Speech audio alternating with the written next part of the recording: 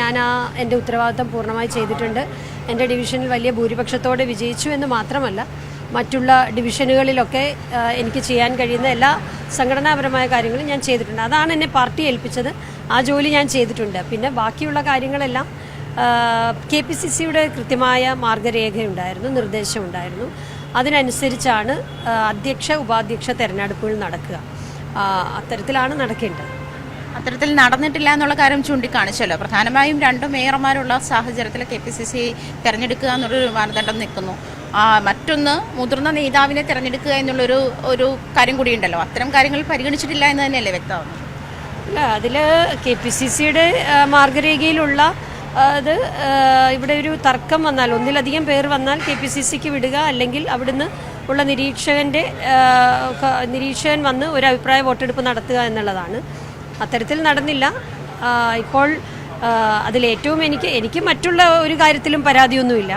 പക്ഷേ ഇപ്പോൾ ഇവിടെ ആരൊക്കെയോ എനിക്ക് പിന്തുണ കുറവായിരുന്നു എന്ന് പറഞ്ഞു. അക്കാര്യത്തിൽ അതെനിക്ക് യോജിക്കാൻ കഴിയില്ല. കാരണം പിന്തുണ അറിയണം എന്നുണ്ടായിരുന്നെങ്കിൽ ഒരു രഹസ്യ വോട്ടെടുപ്പ് നടത്തണമായിരുന്നു. അത്തരത്തിൽ നടത്താൻ പറഞ്ഞപ്പോൾ അത് നടത്തേണ്ട ആവശ്യമില്ല എന്നും പിന്നീട് കോർ കമ്മിറ്റി കൂടി ഒരു പൊളിറ്റിക്കൽ ഡിസിഷൻ ഉണ്ടാകുമെന്നുമായിരുന്നു DCC പ്രസിഡന്റ് ഉൾപ്പെടെയുള്ളവർ പറഞ്ഞത്. DCC പ്രസിഡന്റാണ് പ്രധാനമായി പറഞ്ഞത്. പിന്നെ അന്ന് ഈ അഭിപ്രായ വോട്ടെടുപ്പിന് വന്ന് ശ്രീ ഡൊമിനിക് പ്രസന്റേഷനും N വേണുഗോപാലും. അപ്പോൾ കോർ കമ്മിറ്റി വിളിച്ച് പിന്നീട് ബഹുമാന്യനായ പ്രതിപക്ഷ നേതാവിൻ്റെ നേതൃത്വത്തിൽ ഒരു പൊളിറ്റിക്കൽ ഡിസിഷനിലേക്ക് പോകും എന്ന് ആണ് പ്രതീക്ഷിച്ചത്. അത്തരത്തിലുണ്ടായില്ല. അത് മേയറാകുകയോ ആകാതിരിക്കുകയോ ഒന്നും എന്നെ സംബന്ധിച്ച് വലിയ ഘടകമല്ല. പക്ഷേ KPCCയുടെ മാനദണ്ഡം കൊടുത്തിട്ടുണ്ടെങ്കിൽ അത് പാലിക്കപ്പെടേണ്ടതാണ്. ഏറ്റവും അധികം വോട്ട് കിട്ടുന്ന ആൾ മേയറാകണമെന്നും ടൈ വരികയാണെങ്കിൽ മാത്രം ഷെയർ ചെയ്യണമെന്നുമാണ് KPCCയുടെ മാനദണ്ഡം. ഇപ്പോൾ ഈ ചർച്ചകൾ ഇങ്ങനെ വിമർശനങ്ങൾ രൂക്ഷമാകുന്നുണ്ട്. DCCക്കെതിരെ വിമർശനങ്ങൾ രൂക്ഷമാകുന്നുണ്ട്. കോൺഗ്രസ് നേതാക്കൾക്ക് തന്നെ അതിനെതിരെ പ്രതികരിച്ച് രംഗത്ത് വന്നിട്ടുണ്ട്. അങ്ങനെ സാഹചര്യത്തിൽ ഒരു റിവൈസ് ചെയ്താൽ എന്തായിരിക്കും മാമിന് പറയാം? അതൊന്ന് റിവൈസ് ചെയ്താൽ എന്തായിരിക്കും മാമിന് പറയാം? ഇല്ല, അങ്ങനത്തെ കാര്യങ്ങളൊന്നും എൻ്റെ ആവശ്യങ്ങളോ എൻ്റെ പരാതികളോ അങ്ങനെയൊന്നുമില്ല. തീരുമാനിക്കേണ്ടതൊക്കെ തീരുമാനിച്ചോട്ടെ. പക്ഷേ KPCC നിർദ്ദേശങ്ങൾ പാലിക്കപ്പെടണം എന്നുള്ളതാണ് KPCC ജനറൽ സെക്രട്ടറി എന്നുള്ള നിലയ്ക്ക് എൻ്റെ അഭിപ്രായം. മറ്റൊരു കാര്യം കൂടി ചോദിച്ചോട്ടെ. അതായത് ഇപ്പം VK മിനിമോൾ അല്ലെ ഷൈനി മാത്യു, ഈ 2 പേർക്കായിട്ട് ഇത് ഷെയർ ചെയ്യപ്പെടുക എന്നുള്ളതാണ്. ആ കാര്യത്തിൽ ഈ പറയുന്ന മാനദണ്ഡം ഉണ്ടായിരുന്നു. അതായത് ഒന്നുകിൽ ഈ ടൈ വരിക, അതല്ലെങ്കിൽ വോട്ട് കൂടുതൽ വരിക എന്നുള്ള ആൾക്കാണല്ലോ മേയർ സ്ഥാനം പോവുക എന്നുള്ളത്.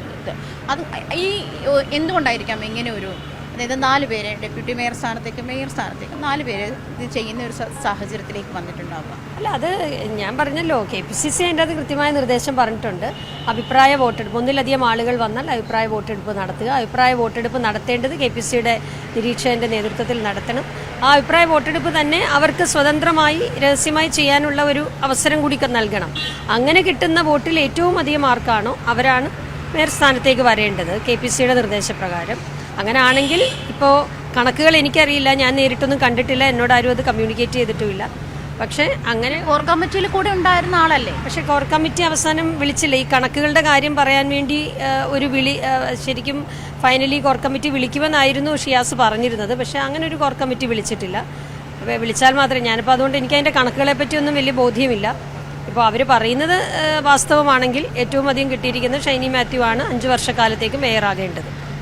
ഈ മാനദണ്ഡങ്ങൾ പാലിച്ചില്ല എന്ന് പറയുമ്പോഴും DCCക്ക് അതിനൊരു ഉത്തരവാദിത്വമില്ലേ? അതിന് മറുപടി പറയേണ്ടുന്ന ഒരു ഉത്തരവാദിത്വമില്ലേ? ഇപ്പോൾ KPCCയുടെ മാനദണ്ഡങ്ങൾ പാലിച്ചിട്ടില്ല, KPCC നിർദ്ദേശങ്ങൾ പാലിച്ചിട്ടില്ല എന്ന് പറയുമ്പോഴും അല്ല, മറുപടി പറയട്ടെ. അത് DCC ആണല്ലോ പറയേണ്ടത്, ഞാനല്ലല്ലോ പറയേണ്ടത്.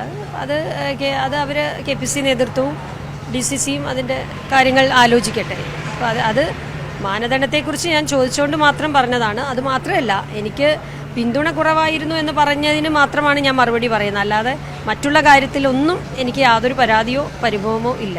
അല്ല, CPM കൂടി പ്രബലനായിട്ടുള്ള പ്രതീക്ഷിച്ചിരുന്ന ഒരു സ്ഥാനാർത്ഥിയാണ് മാമിനെതിരെ ഇവിടെ ഉള്ളത്. ജോർജ് നാനാട്ട് എന്ന് പറയുന്ന കാൻഡിഡേറ്റ് ഒരു ചെറിയ മത്സരാർത്ഥിയൊന്നും ആയിരുന്നില്ല. അപ്പോൾ അവരെയും കാവച്ച് വെച്ചിട്ട് വലിയ ഭൂരിപക്ഷത്തോടെ വന്നിരിക്കുന്ന ഒരാളെ പിന്തുണയില്ല എന്ന് പറയുന്നതിനോട് അതിനോട് ലോജിക്കില്ലായ്മയില്ലേ? അതല്ല, പിന്തുണയില്ല എന്ന് അവർ പറയുന്നത് പാർലമെൻ്ററി പാർട്ടി പിന്തുണയില്ല ആണ് ചില ആളുകൾ പ്രചരിപ്പിക്കുന്നത്.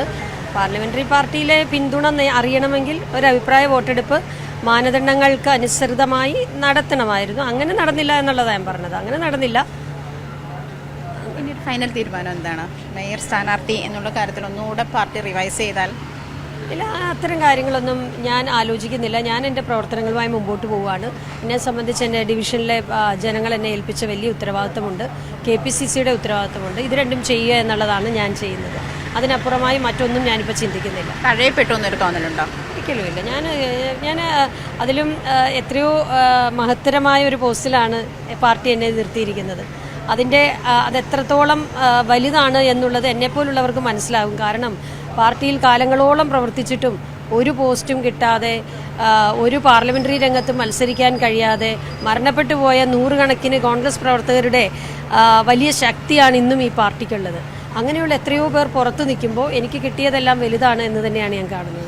പ്രധാനമായുമുള്ള പരാതി KPCC മാനദണ്ഡങ്ങൾ പാലിച്ചില്ല എന്ന് തന്നെയാണ്. ആ പരാതിയിൽ തന്നെ ഉറച്ചു നിൽക്കുകയാണ്. അത് ഇത്തരം കാര്യങ്ങൾക്ക് മറുപടി പറയേണ്ടത് DCC ആണ് ഇങ്ങനൊരു അന്തിമ തീരുമാനത്തിൽ എത്തിയതും. അതുകൊണ്ട് മാനദണ്ഡങ്ങൾ പാലിക്കാത്തതുമായി ബന്ധപ്പെട്ടുള്ള സാഹചര്യങ്ങൾ എന്തൊക്കെയാണ് എന്നുള്ള കാര്യത്തിൽ DCC ആണ് തീരുമാനമെടുക്കേണ്ടത്.